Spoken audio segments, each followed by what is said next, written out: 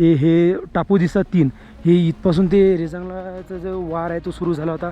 तिकडून चायनीज हे शिपाई आणि इकडून आपली इंडियन आर्मी. मित्रांनो कमी जास्त मी सांगतो की 18 ते 19 तास यांचं युद्ध चाललं. त्यांचे 1314 सैनिक मारले होते आणि आपले 118 ते 119 मेले होते. मित्रांनो वीर मरण त्यांना प्राऊड. तर आता आपण ते नामा गाव आहे मित्रांनो, ते तिकडल्या साईडले त्या गावाच्या म्हणजे शॉर्टकट चाललो बाहेरून. हे पहा असा रस्ता आहे, रस्ता नाही ही नदी आहे आणि नदीतून ऑफरोडिंग करत चाललो असे म्हणत चालते. पावसाळ्याने हे सगळं घसरून खाली आलं असेल. याले जास्तीत जास्त मी सांगू 4 ते 5 दिवस 5-6 दिवस झाले असतील, जास्त नाही, कारण की अजूनही वलच आहे आणि कुठे कुठे JCB उभी आहे हे क्लिअर करायसाठी. रिजांगला जो मेमोरियल आहे त्याच्या समोर निघलो आपण थोडं आणि इथं हे दिसलं टावर. त्या टावरच्या खाली एवढी सावली आहे. म्हणलं चला आधी काहीतरी जेवणासाठी बनवू. बाकी नुसती पनीरची भाजी खाल्ल्यापेक्षा मस्त यात 2 मॅगी टाकल्या. आता कसं त्याला चवबीन मॅगी शिजू राहिली आता त्याला चवबीन मस्त. आणि हे झालं भाजी मॅगी. युनिक डिश आहे मस्त, तुम्ही घरी ट्राय नका करजा. तर नमस्कार मित्रांनो, स्वागत आहे तुमचं सगळ्यांचं आपल्या एका नवीन ब्लॉगमध्ये. तर आपण पँगॉंगलीतून खाली उतरलो. आता या रस्त्याने आपण काल रात्री आलो होतो आणि काल रात्री आपण अशा ठिकाणी मस्त हॉटेलच्या बाजूला टेंट लावलं होतं. विषय असं की इकडे रात्री हवा खूप खतरनाक चालते, याच्याने इकडे टेंट लावलं. बाकी समोर किती 1 2 3 4 5 6 7-8 गाड्या आहेत की ते कॅम्पिंग करू राहिल्या. चालतं पण हवा खूप जोरात होती मित्रांनो रात्री आणि थंडी पण खूप जबरदस्त होती. जेव्हा स्लिपिंग बॅगमध्ये मी ते चादर टाकली आणि म्हणजे चादर टाकून जेव्हा ती स्लिपिंग बॅगची चेन लावली तेव्हा कुठेतरी बरं वाटलं, नाही तर खतरनाक थंडी बेकार थंडी होती. चला आता सोनीत पहिले पटकन सगळं आवरतो आणि मग निघूया समोर हानलेच्या साईडले. तर आज तर मला वाटत नाही की आपण जास्त दूर जाऊ, पण एक 40-50 किलोमीटर, कारण की सेम असा प्लेन रस्ता आहे. लडाखमध्ये खूप वाळवंट आहे, म्हणजे खूप जंगली एरिया आहे, म्हणजे पहाड आहे. पण अडी हे पहा हे असे झाडं लायला आहे. कोण लायला ते तर आपल्याला काही एवढं आयडिया नाही आहे, पण इथले लोकलनीच लावले असेल. हे पहा ही हिरो व्हायसाठी इथं मस्त एक नंबर. हे मोठी झाडं झाली आता, जे काळ्या लायला ते काळ्या बी मोठ्या होतील. आणि हा रोड चालला मेन रोडला भेटते अजून चिसंब्री, आणि चिसंब्रीजून आपल्याला जाणं पडते हानलेसाठी. तर पाहू. बाकी इथले हे घरं पहा तुम्ही, एक नंबर छोटे छोटे मस्त घर आहे. आणि हे पण मातीचे घरं. आणि हे जे तुम्हाला असं कंपाऊंड करत दिसते याच्यानंतर याच्या बकऱ्या असतात मित्रांनो. इकडे बकऱ्या बी खूप छोट्या छोट्या आहेत. आपल्याकडे जशा बकऱ्या आहेत की नाही एकदम मोठ्या मोठ्या, तशा बकऱ्या नाही आहेत. समोर आपल्या नामा गाव आहे, हे बघू शकता. हे आहे नामा गाव. या गावातून आता आपल्याला जाणं आहे मेन हायवेनं. आता लोक हा असा थोडा वेगळा रोड होता, छोटा रोड होता, पण आता एक मेन हायवे आहे. त्या हायवेनं जावं लागतं आपल्याला चुशूल ब्रिज वाटते, त्या साईडने जावं लागते. तिथून जावं लागते मग आपल्याला हानले. चुशूल ब्रिज इथून 60 किलोमीटर येते, 60-61 किलोमीटर. बघ असे इथले नजारे खूप मस्त. आणि आज थोडं असं वीक वाटू राहिलं, काय माहिती ऑक्सिजन ज्यांना काय समजून नाही राहिलं.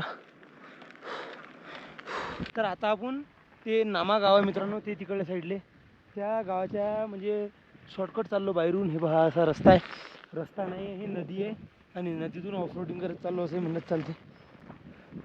बाकी इकडून आपल्याला जवळ पडत होतं, तिकडून लॉंग होत थोडं. म्हणलं काही विषय नाही, इकडून बी चालते आपल्याला. बाकी थोडाफार रस्ता असला तरी चालते, फक्त सायकल चालली झालं. लोट्याचं काम नाही पडलं की काही वांधा मी कुकूनही सायकल टाकतो.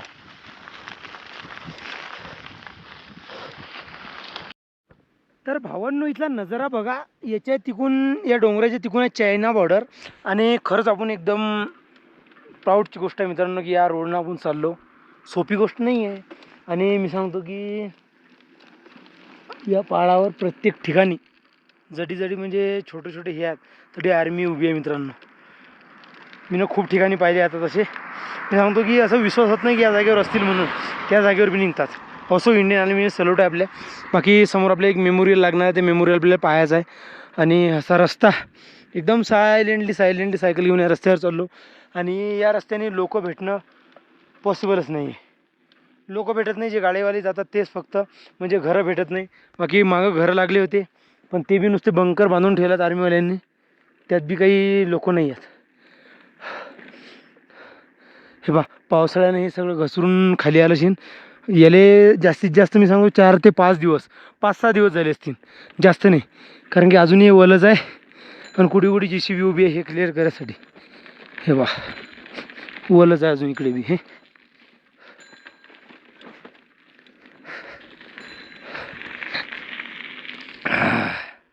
खतरनाक नजारा.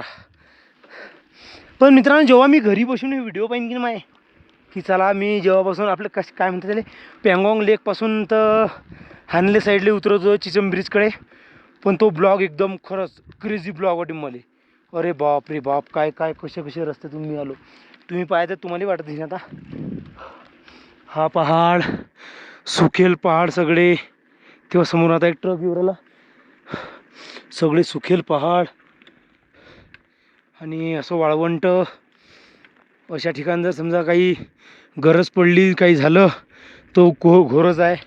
बाकी पण आपल्याला काही होत नाही कारण की आपल्यासोबत आहेत महादेव. कालो के काल महाकाल. त्याच्यानं आपल्याला अजून तर काही अडचण आली नाही. Wow amazing.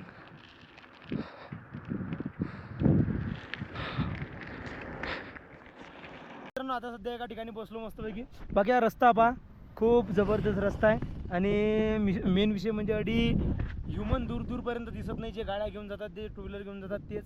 बाकी हे पहा असा नजारा इकडला पूर्ण पहाड. आणि या पहाडाच्या तिकडून आहे चायना बॉर्डर मित्रांनो. बाकी आपल्याला असं जावं लागते ते कुठं जावं लागते चिशूल ब्रिज. आणि चिशूल ब्रिजहून असं पुढे जाऊन मग जावं लागते हानलेकडे. पाहू आता काय होते तर कुठपर्यंत. मी तर लोड तर काही घेऊन नाही राहिलो पण आता हा रस्ता आहे की हा रस्ता जिंदगीवर आठवून राहील. खतरनाक रोड भेटला. आयुष्यात पहिल्यांदा अशा रोडनं चाललो मी. पाहू शकता रेजांगला वार मेमोरियल. आणि मित्रांनो जेव्हा आपलं युद्ध झालं होतं तेव्हा आपण जे युद्ध जिंकलं होतं त्याच्यामध्ये जे सामान ठेवलं चीनवाल्यांचं ते या मेमोरियलमध्ये आहे. बाकी जाऊन तर मित्रांनो सध्या आता मी रेजांगला मेमोरियल फिरलो मित्रांनो. खरं सांगतो एवढा प्राऊड म्हणजे खरंच सल्यूट आहे इंडियन आर्मीले. मित्रांनो जे समोर तुम्हाला हे चोटी दिसते या चोटीचं काहीतरी नाव आहे. त्यांनी आतमध्ये नाव सांगलं. बाकी तडून 1 2 3 हे 3 जे हे आहेत हे टापू दिसतात 3. हे इथपासून ते रेजांगलाचा जो वार आहे तो सुरू झाला होता. तिकडून चायनीज हे शिपाई आणि इकडून आपली इंडियन आर्मी मित्रांनो. कमी जास्त मी सांगतो की 18 ते 19 तास यांचं युद्ध चाललं. त्यांचे 1300-1400 सैनिक मारले होते आणि आपले 118 ते 119 मेले होते मित्रांनो. म्हणजे वीर मरण त्यांना खरंच प्राऊड. सांगतो की आतमध्ये ना एकदम असं मेमोरियल खतरनाक आहे. आणि इथं सगळ्या गोष्टी दाखवल्या मित्रांनो. सगळ्या गोष्टी दाखवल्या सगळ्या पाहायला आम्ही फक्त आतमध्ये व्हिडिओ काढणं अलाउड नव्हतं. बाकी खरंच सल्यूट आहे इंडियन आर्मीला. रेजांगला मेमोरियल आपल्यासमोर. रिजांगला जो मेमोरियल आहे त्याच्या समोर निघलो आपण थोडं. आणि इथं हे दिसलं टावर. त्या टावरच्या खाली अडी सावली आहे. म्हटलं चला अडी काहीतरी जेवणासाठी बनवू. बाकी हा रस्ता पुरा म्हणजे येलशेल सावलीच नाही कुठे. तर मस्तपैकी आता अडी काहीतरी जेवणासाठी बनवू काहीतरी. म्हणजे मेन विषय म्हणजे आर्मीवाले सर भेटले होते. ते नाही पाकिट दिलं पनीरचं. तर हे आहे ना नुसतं म्हणजे याच्यामध्ये भांडवण टाकायचं थोडं याच्यामध्ये गरम पाण्यामध्ये हे टाकायचं हे तयार होऊन जाईल असं ते सांगले होते त्याने. पण बाकी आपण पाहू आता कसं बनते तर तुम्हाला दाखवतो मी. पॅकेट खतरनाक आहे भाऊ. किती 300 ग्राम. पाहू आता काय होते तर मित्रांनो 2 मिनटं. आपण पहिल्यांदा बनवून राहिलो होते अजून काही अनुभव नाही आपल्याला ते बनवायचा. तर मित्रांनो आता लोक तर गॅसच नव्हता पेटत. जसा गॅस पेटला पहिले ते यार गरम पाणी ठेवलं. आता गरम पाणी ठेवते मग ते पॅकेट टाकू याच्यामध्ये. मला तसं वाटतं की चांगलं बनायला पाहिजे. अडीलय हवा झाली फडफड फडफड फडफड करायला गॅस. आणि अडी दूर दूर लोक मोठे झाडे नाही मित्रांनो या जंगलात. हे असे आहे फक्त हे छोटे छोटे झाडं. काही वांधा नाही पाहू. नुसती पनीरची भाजी खाल्ल्यापेक्षा मस्त यात 2 मॅगी टाकल्या. आता कसं त्याला चवबीन मॅगी शिजू राहिली आता त्याला चवबीन मस्त. आणि हे झालं भाजी मॅगी. युनिक डिश आहे मस्त. तुम्ही घरी ट्राय नका करजा कारण की एक्सपेरिमेंट आहे चालू. हे जर उद्याच्या ब्लॉगमध्ये दिसलो तर समजा एक्सपेरिमेंट सफल झालं. मजाक करू राहिलो. बाकी विश्वास झाला होता त्या भाजीसोबत खायला काही नव्हतं. भात गीत टाका टाईम लागून जाईल. मस्तपैकी याच्यात मॅगी टाकले आता. आणि 1 नंबर पाहूनच वाटू राहिलं की चांगलं चविष्ट बनीन ते. पा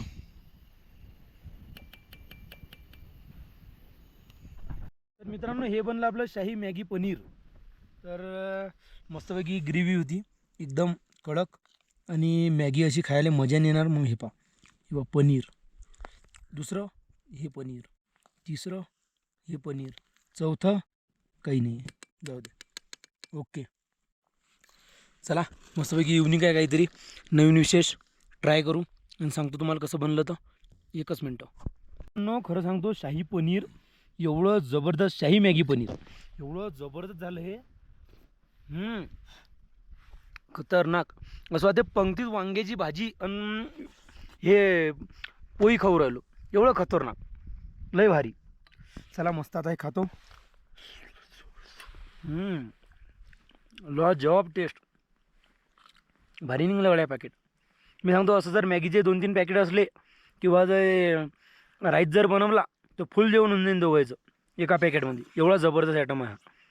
चला मस्तपैकी आले, खाऊन आता चेक करतो. तुम्हाला तर समजणार नाही चव कशी आहे. अशा पहाडी नजाऱ्यात असं जेवण लाजवाब. चला मस्त आता थोडंपैकी याले खातो आणि मग समोर जाईल.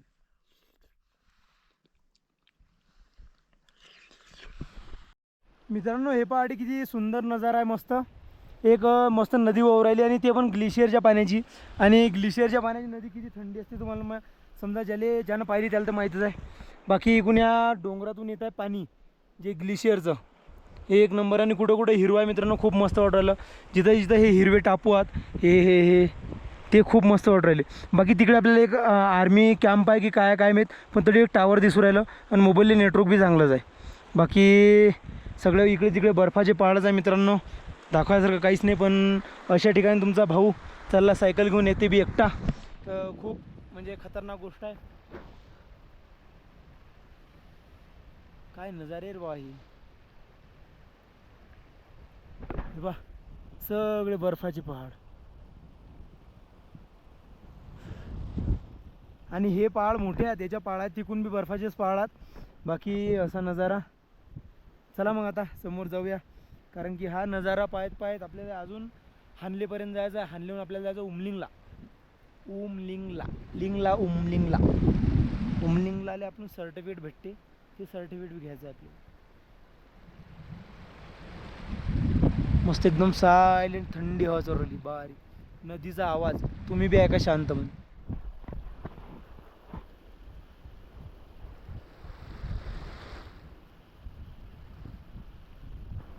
मित्रांनो एक नंबर खतरनाक. आणि जर समजा आधी जर टेंट लावलं तर किती मस्त वाटेल. पण विषय असा आहे की आपल्याला खूप लांब जायचं अजून, त्याच्यासाठी काही कॅम्पिंग करायचा विचार नाही आहे. पण खरंच खूप मस्त वातावरण आहे इथलं.